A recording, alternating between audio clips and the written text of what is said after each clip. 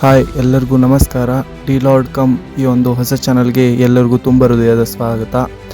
ನಾವು ಈ ಒಂದು ವಿಡಿಯೋದಲ್ಲಿ ಏನು ಹೇಳಕ್ಕೆ ಹೊರಟಿದ್ದೀನಿ ಅಂದರೆ, ಶಾರ್ಟಾಗಿ ಒಂದು 5 ಹಿಸ್ಟಾರಿಕಲ್ ಪ್ಲೇಸಸ್ ಒಂದು 5 ಹಿಸ್ಟೋರಿಕಲ್ ವ್ಯಕ್ತಿಗಳ ಬಗ್ಗೆ ಶಾರ್ಟಾಗಿ ಮೋಟಿವೇಶ್ನಲ್ ಆಗಿ ತಿಳ್ಕೊಬೇಕಂತ ಈ ಒಂದು ಸಣ್ಣ ವಿಡಿಯೋ ಮಾಡ್ತಿದ್ದೀನಿ. ಓಕೆ. ಗೌತಮ ಬುದ್ಧ ಇವ್ರ ಬಗ್ಗೆ ಯಾರಿಗೆ ಗೊತ್ತಿಲ್ಲ ಹೇಳಿ? ಎಲ್ಲರಿಗೂ ಗೊತ್ತೇ ಇದೆ. ಆದರೆ ಅವರ ಜೀವನದ ಮೊದಲ ಸ್ಟಾರ್ಟಿಂಗ್ ಒಂದು ಸಣ್ಣ ಕಥೆನ ತಿಳ್ಕೊಳ್ಳೋಣ. ಏನಂದರೆ, ಶರಣಗುಪ್ತ ಅನ್ನೋ ಒಬ್ಬ ಫೇಮಸ್ ಲೇಖಕ. ಅವರು ಯಶೋಧರ ಎಂಬ ಪುಸ್ತಕದಲ್ಲಿ ಅವರು ಬರೆದಿದ್ದಾರೆ. ಏನಂತ ಅಂದರೆ, ಬುದ್ಧ ಚಿಕ್ಕವರಿದ್ದಾಗಿಂದನೂ ಕೂಡ ವೈರಾಗ್ಯದ ಕಡೆ ತುಂಬಾ ಒಲವಿತ್ತು ಅವರಿಗೆ. ಆದ್ದರಿಂದ ಅವ್ರ ತಂದೆ ತಾಯಿಗೆ ಭಯ ಸ್ಟಾರ್ಟ್ ಆಗುತ್ತೆ. ಭವಿಷ್ಯ ನುಡಿಯುವ ಒಬ್ಬ ಜ್ಯೋತಿಷ್ಯ ಭವಿಷ್ಯ ನುಡಿದಿರ್ತಾರಂತೆ. ಈ ಹುಡುಗ ಮುಂದೆ ದೊಡ್ಡ ಸಾಮ್ರಾಟ ಅಥವಾ ಒಬ್ಬ ದೊಡ್ಡ ಸನ್ಯಾಸಿ ಆಗ್ತಾನಂತ ಅತಿಶ ಎಂಬ ಮುನಿ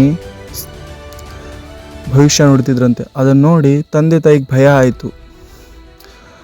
ರಾಜನ ಮಗ ಆದರೆ ಭಯ ಆಗೋಕ್ಕೆ ಸ್ಟಾರ್ಟ್ ಆಯಿತು. ಎಲ್ಲಿ ನನ್ನ ಒಬ್ಬನೇ ಮಗ ವೈರಾಗ್ಯದ ಕಡೆ ಹೋಗ್ಬಿಡ್ತಾನೆ ಅನ್ನೋ ಭಯದಲ್ಲಿ ತಂದೆ ತಾಯಿ ಅವನಿಗೆ ಬೇಕಾಗಿರೋ ಎಲ್ಲ ಐಷಾರಾಮಿ ಜೀವನವನ್ನು ಕೊಟ್ಟರು. ಅವನಿಗೋಸ್ಕರ ರಾಮ, ಸುರಮ, ಸುಭಟ ಅನ್ನೋ 3 ಅರಮನೆಗಳನ್ನೇ ಕಟ್ಟಿಸ್ಕೊಟ್ರು.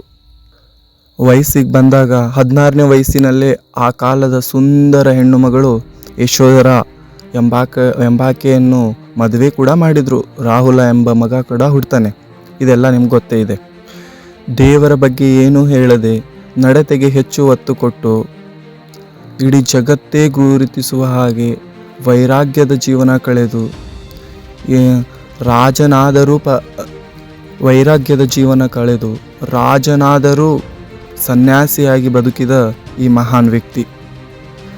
ಸರಳ ಭಾಷೆಯಲ್ಲಿ ಎಲ್ಲರಿಗೂ ಅರ್ಥವಾಗುವಂತೆ ಬೋಧನೆ ಮಾಡಿದ ಈ ವ್ಯಕ್ತಿ ಎಡ್ವರ್ಡ್ ಆರ್ನಾಲ್ಡ್ ಎಂಬವ್ರು ಕರೀತಾರೆ, ಬುದ್ಧ ಒಬ್ಬ ವ್ಯಕ್ತಿ ಇಡೀ ಏಷ್ಯಾಕ್ಕೆ ಬೆಳಕು ಕೊಟ್ಟ ಒಬ್ಬ ಮಹಾನ್ ವ್ಯಕ್ತಿ ಅಂತ ಹೇಳ್ತಾರೆ.